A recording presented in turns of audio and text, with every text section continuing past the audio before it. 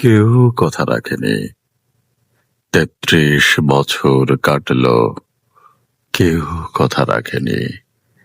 ছেলেবেলায় এক বষ্টমী তার আগমনী গান হঠাৎ থামিয়ে বলেছিল, শুক্লা দ্বাদশীর দিনে অন্তরাটুকু শুনিয়ে যাবে।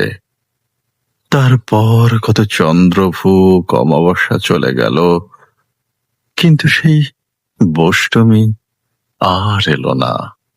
২৫ বছর প্রতীক্ষায় আছি। মামাবাড়ির মাঝি নাদের আলী বলেছিল, বড় হও দাদা ঠাকুর, তোমাকে আমি ৩ প্রহরের বিল দেখাতে নিয়ে যাব, যেখানে পদ্ম ফুলের মাথায় সাপ আর ভ্রমর খেলা করে। নাদের আলী, আমি আর কত বড় হব? আমার মাথা এই ঘরের ছাদ ফুঁড়ে আকাশ স্পর্শ করলে তারপর তুমি আমায় ৩ প্রহরের বিল দেখাবে।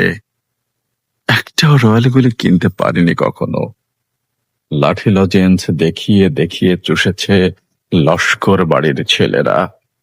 ভিখারির মতো চৌধুরীদের গেটে দাঁড়িয়ে দেখেছি ভেতরে রাস উৎসব।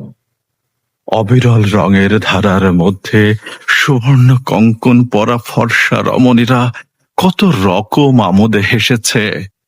আমার দিকে তারা ফিরেও তাকায়নি। বাবা আমার কাঁধে ছুঁয়ে বলেছিলেন, দেখিস একদিন আমরাও।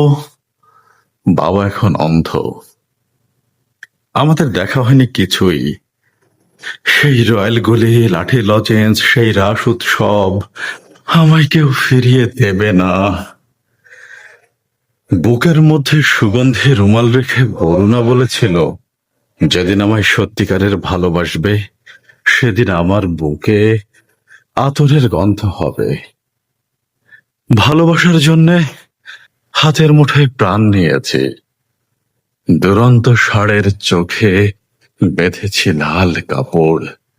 বিশ্ব সংসার তন্ন তন্ন করে খুঁজে এনেছি ১০৮টি নীল পদ্ম। তবু কথা রাখেনি বরুণা। এখনো তার বুকে কেবলই মাংসের গন্ধ। এখনো সে যে কোনো নারী, কেউ কথা রাখেনি।